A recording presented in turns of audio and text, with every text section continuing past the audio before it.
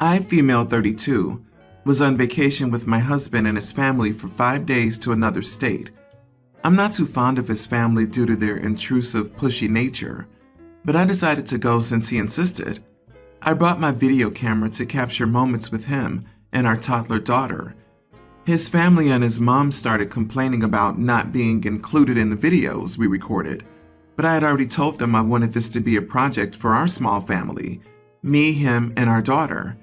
He told me that this wasn't right, and that his family, his mom especially, felt disrespected by me continually excluding them from all my videos. He suggested I take a video or two of them to keep the peace.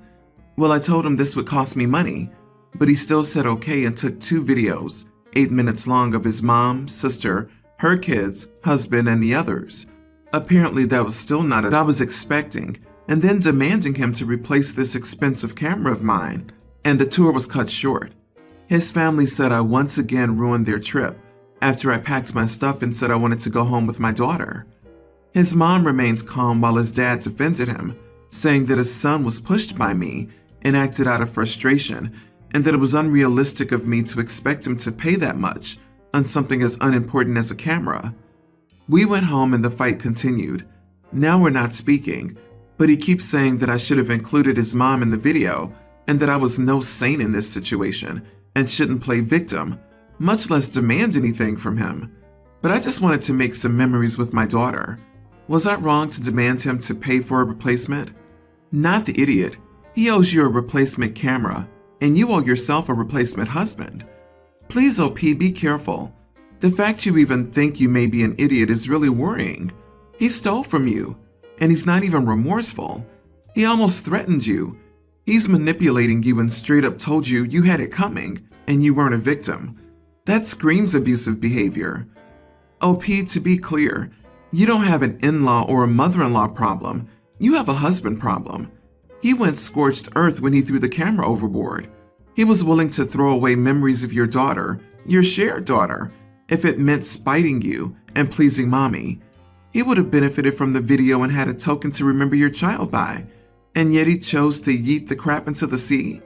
He cut off the nose to spite your collective face as parents, and somehow you think you're the bad guy here? This behavior on your husband's part is concerning. If he throws an expensive camera out of frustration over something as small as his mom not being included in a video, what's to stop him from escalating to a dangerous level over something that matters big time? How long till he throws something special to his daughter away because he disapproves? OP, your husband is gaslighting you. I've heard men use the same excuse for hitting their wives. I hit you because you misbehaved. Get out of there now. Who knows what this man could and would do in regards to his anger? I am mother-in-law. I don't have any problems with my daughter-in-law. I don't expect them to take my picture or accommodate me in any way. Anything I can do to work with them is good. I think this woman has been playing you a long time. Next time you're around them, just sit back and watch the show. You will see things you never saw before. I officially tied the knot last week. Not sure how, but I convinced the coolest guy in the world that I'm tolerable enough to tie down for life. Super shocking. Thankfully, everyone accommodated that we didn't want children present at our ceremony or reception. The thing that did receive some pushback was our request that unless you were explicitly invited to stay, everyone needed to be out of the reception venue by 7 p.m. Those asked to stay mainly were mine and my husband's friends. As much as I love my parents, siblings, and new in-laws, I did want to partake in a few adult substances and wasn't interested in them bearing witness to other things getting passed around. We had been with them all day and would be seeing them the next morning, as all of us were staying at a place nearby and had plans to grab breakfast together, so I didn't see it as a problem. At that point, I had already had a few drinks, so after some back and forth about whether they really had to head out, I basically said something to the effect of, "If you wouldn't feel comfortable spending the night with us at a gay bar, you should probably leave." The space cleared out quickly after that, and we did our thing with our friends. It was a wonderful end to a wonderful night. However, my dad didn't show up for breakfast the following day, and my sister told me my mom and my mother-in-law weren't happy with my comments. Am I the idiot? Edit. To answer some questions, yes, It was put on the invitations that the reception ended at a particular time. There was no kicking anyone out. The event just ended, and the after party continued. My friend owns the reception venue we used. Attention please. We asked a group of you to stay here with us to celebrate, but the rest of you need to leave now. Thanks for coming though. And you don't think the message should offend? LOL, you are the idiot. Agree. I would have no issues if you entered the reception at 7 p.m. and then you and your friends went and did something together that's separate from the reception. But dividing your reception guests into an A-list and B-list and telling the B-list people they have to leave at 7 p.m. before the party is over is rude. It's incredibly awful that both sets of your parents were on the B-list. You kicked your parents out of your reception. This is incredibly tacky. The wedding reception is for all guests as a thank you for their love and attendance. You got pushed back because you decided that getting high with your friends was more important than showing your love and appreciation for those who attended your wedding. Your dad was right not to attend. Quite frankly, the entire group should have refused to attend once it was made clear that despite being your family, they were the D-list invitees. If you want a wild after party, it is polite to do it at another venue, preferably on a different day, without making a big thing of it. But you need to end the wedding event first. So, I and my 3 siblings and 9 cousins have a grandpa that's not really around for most of us. Around 10 years ago, he decided he only wanted to spend time with 2 specific grandkids, the children of his favorite daughter. So he doesn't speak to the rest of us unless we're at an event, and even then he barely says anything. The last time we saw him was at a wrestling tournament. He watched my cousin and left as soon as my brother's name was called for his match, so it feels pretty deliberate that he doesn't talk to us. For reference, I'm the oldest grandchild at 20. The rest are between 5 and 17. Anyways, my brother had this idea that the next time we saw him at an event, we should just act like we don't know him. He never remembers who we are anyways, and I thought it would be funny. So last week was one of my cousin's birthdays, one of the cousins he likes, and he was there. He didn't interact with us for most of the party, but towards the end of it, he came up to my sister and me and said hello. I said, "Oh, hey, you're ex's grandpa, right? It's so nice to meet you." He looked confused and said, "Well, yes, but aren't you wise kids?" I responded with, "We are. Are you related to her or something? You look kind of like our grandpa, but he hasn't spoken to us in years." He was visibly angry and called me disrespectful before stomping off. Most of the family thinks what I said was funny and not a huge deal, but his wife and the parents of my cousins, his faves, are super angry with me. His wife told me this would ensure he never speaks to us again. Fine by me, LOL. I don't care that he's mad at me, but was this a big idiot thing to do? I thought it was pretty tame as far as jokes go, but people clearly disagree with me. No one noticed how he asked if they were wise kids. Like, he has to almost verify he was talking to who he thought he was first? What does that say? Not the idiot OP. Disrespectful? Maybe, LOL. But he already acts like the rest of you are strangers to him. He got a taste of his medicine and now he's upset. He can't have it both ways. Playing favorites sucks, whether you're a parent or a grandparent, and he's done both. No one's ever called him out on the damage he's done until now. Good for you. In a twisted way, it was funny. Screw him, you lost nothing. You reap what you sow. That's what the unknown man got. You'll notice it's only folks getting special treatment who are saying otherwise within your family. That's because you're not doing anything wrong, but they need to defend him to preserve their relationships with him. I have 2 biological children with my ex-wife, one of which is Sarah, teen. I also have 3 stepchildren. One is also a girl named Emerson, an older teen. They both have birthdays within a month of each other. Sarah's just starting her first year of high school and wants to get a laptop to do schoolwork at home. She's also into gaming, and she'll frequently tell me about her builds on Roblox. She wanted to get a pretty pricey gaming laptop, claiming it would be a good investment for school and her hobbies. My ex-wife called me asking if I'd like to put forward $300 to buy her the laptop and make it a gift from me, her, and her grandparents. I agreed since I know she's very passionate about her games, which would be suitable for her homework. I told her I needed to wait for my paycheck on the 12th and that I would pay her back then. So she bought the laptop and gifted it to Sarah on the 9th. She was ecstatic, and I could tell she would really enjoy it. After the party, Emerson said, "Speaking of birthdays," and then told me about how she wanted to go on a trip to New York with her friend.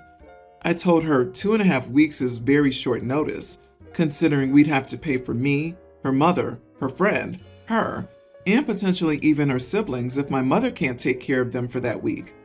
She began to tear up, and my girlfriend shot me a glare. We had a bit of a heated argument when we got home, and I surrendered and agreed to work it out. I told my ex the following night I could not give my portion of the gift because I needed to deal with this birthday. She exploded, saying she needed that money to make ends meet and for groceries, and that she'd have to return the laptop and buy a cheaper one since she maxed out her credit card to buy it beforehand. I told her it was irresponsible for her to do that, and it was part of why our relationship didn't work out, financial irresponsibility, and I would pay her back in 1 to 2 months. She said it would be my fault that Sarah would be heartbroken. It was my weekend to see her, but she refused. She said she was sick with the flu but couldn't prove it, and my daughter confirmed she was at school the following Monday. I just thought my ex would understand my obligations in my current relationship, but she claims I'm the idiot. Is this a case of my wife making an issue out of nothing? Edit. I called them my stepchildren just to make it easier. We've been dating for a month since her late husband passed earlier this July. They're not technically my stepkids, but I feel we are family. You are the idiot. I told her I needed to wait for my paycheck on the 12th and that I would pay her back then. So she bought the laptop and gifted it to Sarah on the 9th. This is not financial irresponsibility. You told her you would pay her back on the 12th, period. OP, you're a father who prefers to keep peace at home with your girlfriend and stepdaughter rather than honor your part in your daughter's gift. I just thought my ex-wife would understand my obligations in my current relationship. What about your obligations with your daughter? Don't be surprised if she becomes distant. She knows where your priorities are, and they're not towards her. Yeah, he's shown his daughter that he's willing to go back on his word, prioritize someone else's child over his own, and cause financial hardship for his ex. I don't think he realizes that the $300 he took back probably cost him his relationship with his daughter. Not to mention that his daughter also already got her gift and was told it was from him. So not only is he going back on his word, he's getting credit for a gift he didn't even contribute to. All for a child of a girlfriend he's dated for 2 months. Jeez. You can't afford $300 for your daughter, but you can afford to pay for a trip for 6 people? What is wrong with you? Why is your girlfriend's daughter's request for an expensive trip that you clearly cannot afford more important than your commitment to your daughter? Be prepared for your daughter not to forgive or forget this. She's already refusing to see you and can clearly see you prioritizing other children over her. Sort yourself out and pay your ex the money you promised for your child's gift. Growing up, my family and I were all fat. They never taught me about good nutrition and portion sizes. The only exercise I got was in gym class. So of course I was used to all this, right? Especially since a lot of my friends were the same. When I went to college, I was exposed to many new things, and I learned quickly that my family's habits weren't healthy. For years, they always said the weight was genetic. Then when I'd go to lunch with my friend group in the dining hall, I noticed that my portion sizes were huge against theirs. So I cut down my portions, and I joined them doing yoga and stuff. Naturally, I ended up losing some weight, like size 22 to tight size 12. I really like the way I look. You can see my collarbones. But I ended up having to go back home during summer break, and I've been surprised at just how different I feel with my family. When we ordered pizzas 2 years ago, we'd get our own, and it would be gone that night. So we had pizza night when I got home, and I ate 2 slices and that was it. Last week my mom made her special lasagna, and I made a salad to go with it.